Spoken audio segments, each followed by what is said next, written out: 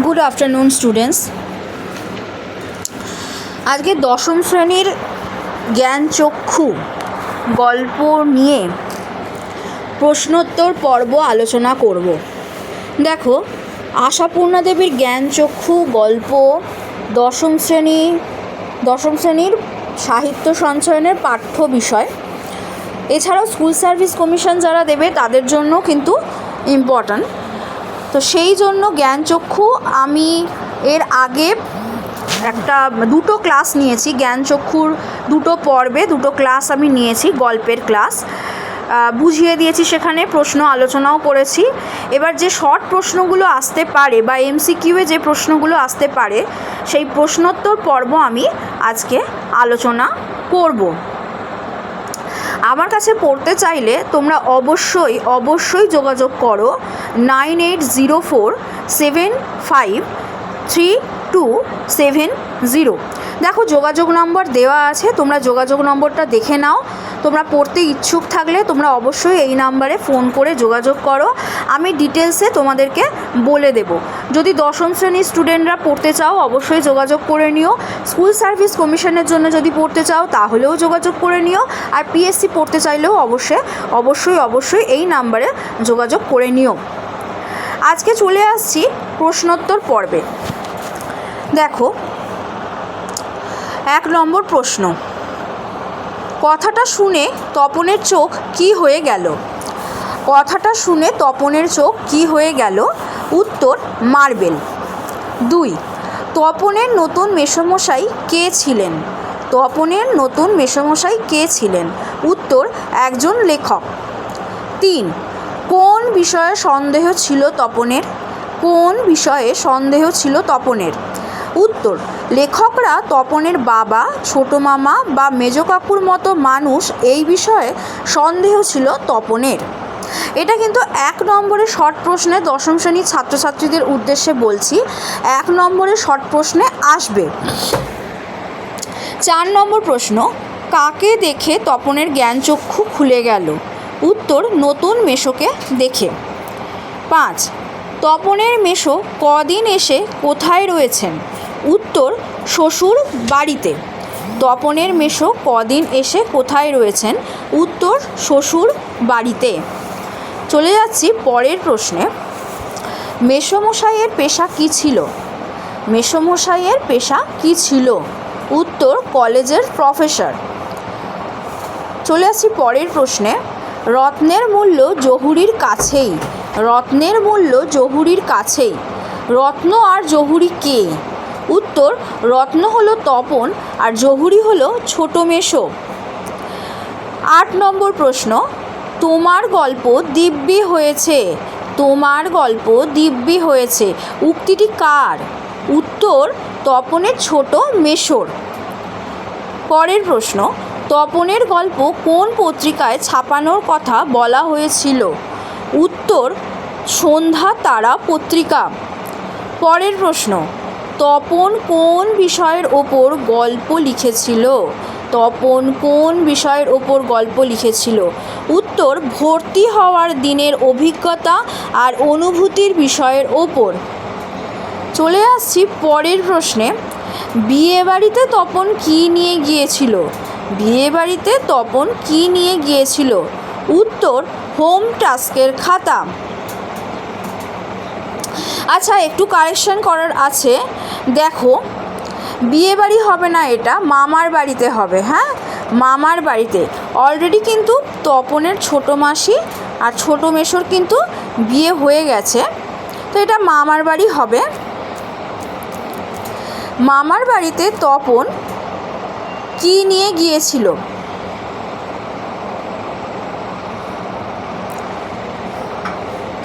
আচ্ছা, হোম টাস্কের খাতা। পরের প্রশ্ন, তপন কলম নিয়ে কতলার সিঁড়িতে উঠে গেল? উত্তর, 3 তলার সিঁড়িতে উঠে গেল। তপন কলম নিয়ে কতলার সিঁড়িতে উঠে গেল?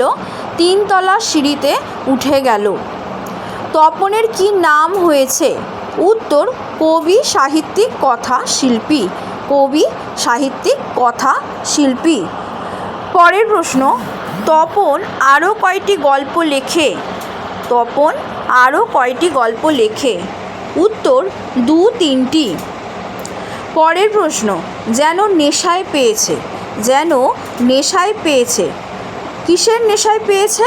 উত্তর তপনের গল্প লেখার নেশায় পেয়েছে। তপনের গল্প লেখার নেশায় পেয়েছে। চলে আসছি পরের প্রশ্নে। দেখো, তপনের ছোট গল্পটির নাম কী ছিল? তপনের ছোট গল্পটির নাম কী ছিল, বা তপনের লেখা গল্পটির নাম কী ছিল? উত্তর হবে প্রথম দিন। উত্তর হবে প্রথম দিন। আচ্ছা, দেখো পরের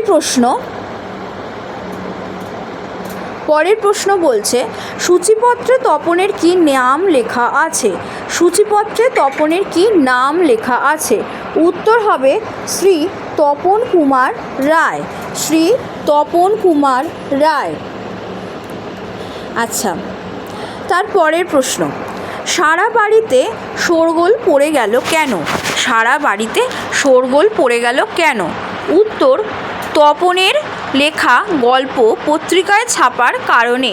তপনের লেখা গল্প পত্রিকায় ছাপার কারণে। আচ্ছা, তপন তার মামার বাড়িতে কেন এসেছিল? আর একটা প্রশ্ন আমি তোমাদের এখানে বলে দিই, যে তপন তার মামা বাড়িতে কেন এসেছিল? উত্তর হবে বিয়ে উপলক্ষে কিন্তু এসেছিল। বিয়ে উপলক্ষে এসেছিল। তপন তার মামা বাড়িতে বিয়ে উপলক্ষে এসেছিল। চলে যাচ্ছি পরের প্রশ্নে। ক্রমশ কথাটা ছড়িয়ে পড়ল। কোন কথাটা ছড়িয়ে পড়ল?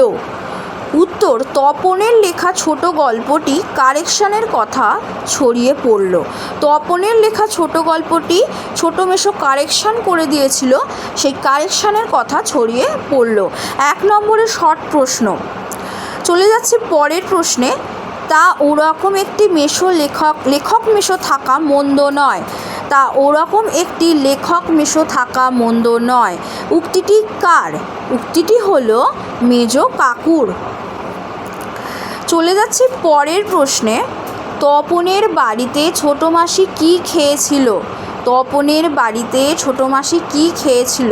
উত্তর হবে ডিম ভাজা আর চা। উত্তর হবে ডিম ভাজা আর চা। পরের প্রশ্ন, ছোট মেশো কী খেয়েছিল? ছোট মেশো কী খেয়েছিল? উত্তর হবে শুধু কফি। পর সবাই শুনি। পর সবাই শুনি। উক্তিটি কার? উক্তিটি হলো তপনের মায়ের। পরের প্রশ্ন, শশীবাবুর সংসার কার লেখা? শশীবাবুর সংসার কার লেখা? উত্তর হলো আশাপূর্ণা দেবীর। একদম শেষ প্রশ্নে আসছি। আশাপূর্ণা দেবীর লেখা একটি গল্পের নাম লেখো। আশাপূর্ণা দেবীর লেখা একটি গল্পের নাম লেখো। উত্তর হবে অগ্নি পরীক্ষা। দেখো, আমি জ্ঞানচক্ষু সম্পর্কে আজকে জ্ঞানচক্ষুর ওপর প্রশ্নোত্তর পর্ব আলোচনা করলাম। এখানে টোটাল আমি 25টা প্রশ্ন নিয়ে আলোচনা করলাম। আশা করছি এর বাইরে প্রশ্ন আসবে না, এমসিকিউই হোক আর শর্ট প্রশ্নেই হোক।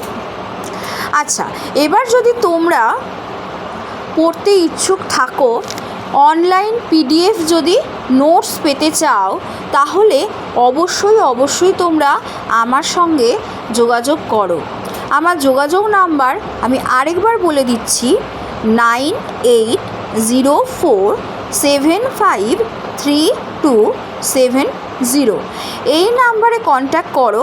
কন্ট্যাক্ট করলেই কিন্তু আমি ডিটেলসে তোমাদের সব বলে দেবো, আর পিডিএফ নোটসও দিয়ে দেবো। থ্যাংক ইউ স্টুডেন্টস, আজকে আলোচনা এই পর্যন্তই। Thank you so much.